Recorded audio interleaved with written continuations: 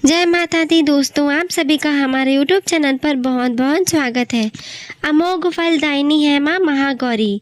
श्वेते वृक्षे समारूढ़ा श्वेतांबरधरा शुचिः महागौरी शुभम ददानम महादेव प्रमोदया। नवरात्रि में 8वें दिन माँ महागौरी शक्ति की पूजा की जाती है। नाम से ही प्रकट है, इनका रूप पूर्णतः गौर वर्ण है। इनकी उपमा शंख, चंद्र और कंदू के फूल से की जाती है। अष्टवर्षा भुवेद गौरी यानी कि इनकी आयु 8 साल की मानी गई है। इनके सभी आभूषण और वस्त्र सफ़ेद हैं, इसलिए उन्हें श्वेतांबरधरा कहा जाता है। 4 भुजाएं हैं और वाहन वृषभ है, इसलिए वृक्षारूढ़ा भी कहा गया है इनको। इनका ऊपर वाला दाहिना हाथ अभय मुद्रा में है तथा नीचे वाला हाथ त्रिशूल धारण किया हुआ है। ऊपर वाले बाएं हाथ में डमरू धारण किया हुआ है तथा नीचे वाला हाथ वर मुद्रा में है। इनकी पूरी मुद्रा बहुत शांत है। पति रूप में शिव को प्राप्त करने के लिए माँ महागौरी ने कठोर तपस्या की थी। इसी वजह से इनका शरीर काला पड़ गया था, लेकिन तपस्या से प्रसन्न होकर महादेव ने इनके शरीर को गंगा के पवित्र जल से धोकर कांतिमय बना दिया और उनका रूप गौर वर्ण का हो गया। माँ महागौरी की व्रत कथा। दुर्गा अष्टमी व्रत कथा के अनुसार देवी सती ने पार्वती रूप में भगवान शिव को पति के रूप में प्राप्त करने के लिए कठोर तपस्या की थी। एक बार भगवान भोलेनाथ ने पार्वती जी को देखकर कुछ कह दिया, जिससे देवी का मन आहत हो गया और माँ पार्वती जी तपस्या में लीन हो गई। इस प्रकार वर्षों तक कठोर तपस्या करने के बाद जब पार्वती नहीं आई तो उनको खोजते खोजते हुए भगवान शिव उनके पास पहुँचे। वहाँ पहुँचकर माँ पार्वती को देखकर भगवान शिव आश्चर्यचकित रह गए। पार्वती जी का रंग अत्यंत ओजपूर्ण था। उनकी छटा चांदनी के समान श्वेत, कुंद के फूल के समान धवल दिखाई पड़ रही थी। उनके वस्त्र और आभूषण से प्रसन्न होकर भगवान शिव ने देवी उमा को गौर वर्ण का बना दिया।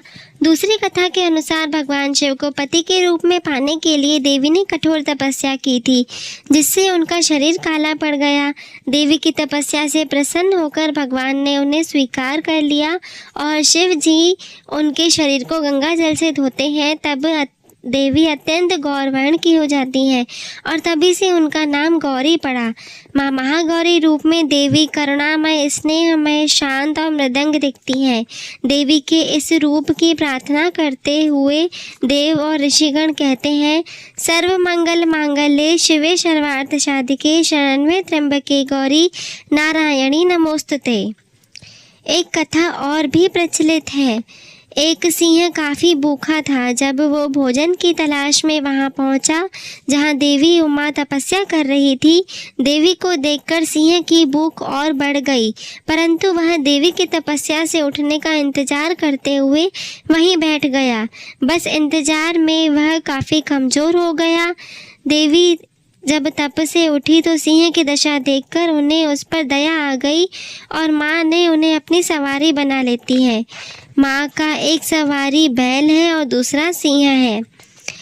माँ की 8वीं नवरात्रि पर माँ महागौरी का पूजन कैसे करना चाहिए।